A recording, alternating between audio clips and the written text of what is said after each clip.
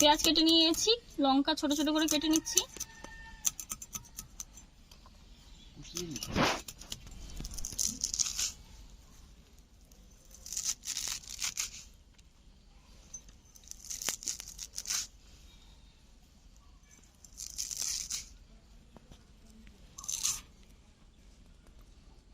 ধনিয়া পাতা, কাঁচা লঙ্কা আর পেঁয়াজ আমি ছোট ছোট টুকরো করে কেটে নিয়েছি।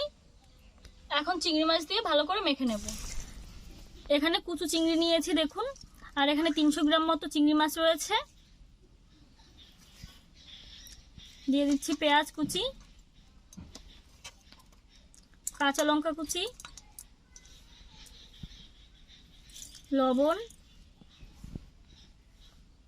হলুদ গুঁড়ো, দিয়ে দিচ্ছি আতপ চালের গুঁড়ো, দিয়ে দিচ্ছি ধনিয়া পাতা কুচি। এই সব কিছু একসঙ্গে ভালো করে মেখে নেব।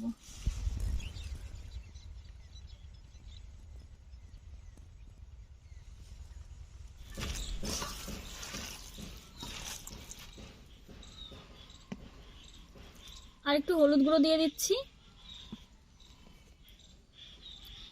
একটু চালের গুঁড়োও লাগবে।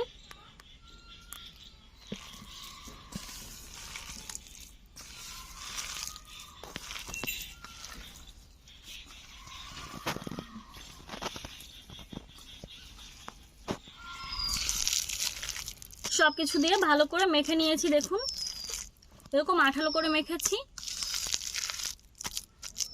এখন উনুনটা ধরিয়ে নেব। উনুনটা ধরিয়ে নিয়েছি, কড়াইটা বসিয়ে নিয়েছি। কড়াইতে দিয়ে দিচ্ছি সাদা তেল।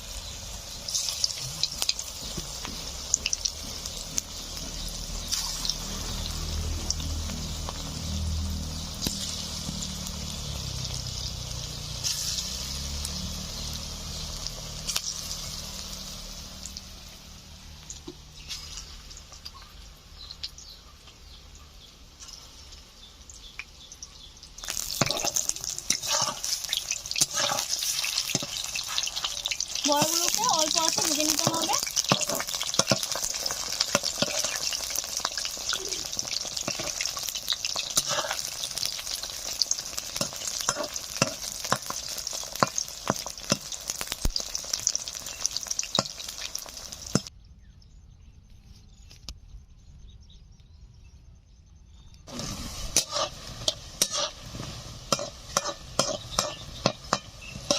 এগুলো ভেজে নিয়েছি দেখুন, লালচে করে তুলে নিচ্ছি।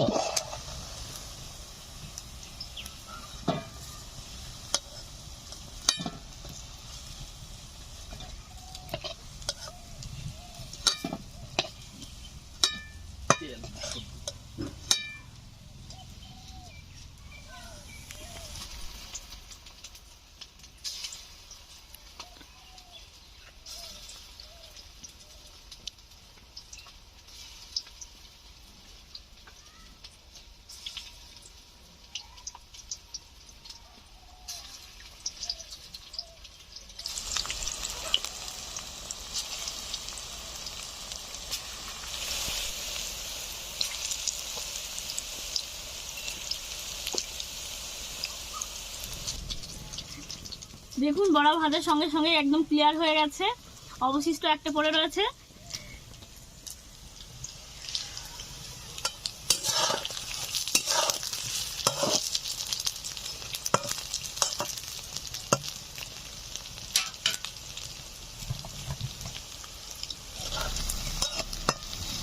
দেখুন এগুলো ভেজে নিয়েছি, তুলে নিচ্ছি।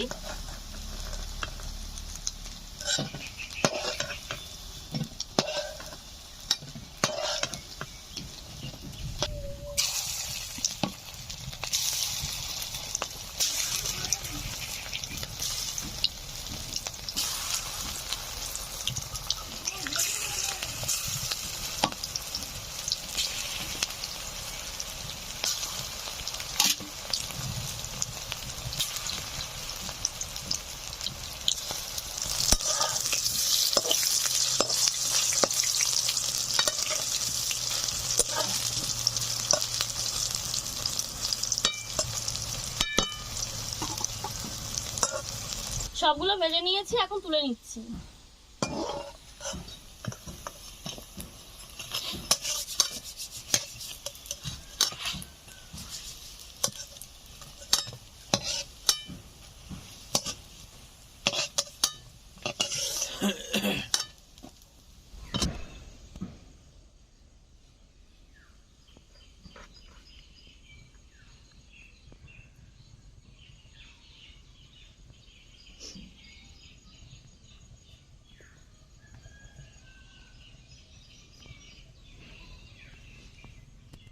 আজকের এই চিংড়ি মাছের বড়া কিংবা পকোড়া রেসিপিটা আপনাদের কেমন লাগলো অবশ্যই কিন্তু জানাবেন কমেন্টের মাধ্যমে। ভালো লাগলে একটা লাইক করবেন, প্রচুর প্রচুর শেয়ার করে দেবেন আপনাদের বন্ধু বান্ধব, আত্মীয় পরিজন সবার সঙ্গে। তো এই ধরনের গ্রাম বাংলার আরও নিত্য নতুন ভিডিও পাওয়ার জন্য এখনই সাবস্ক্রাইব করুন আমাদের channel RR village cooking and blog. আর যারা অলরেডি আমাদের চ্যানেলটিকে সাবস্ক্রাইব করে নিয়েছেন তাদেরকে অসংখ্য অসংখ্য ধন্যবাদ। কাল নতুন কোনো রেসিপির সঙ্গে দেখা হবে। টাটা।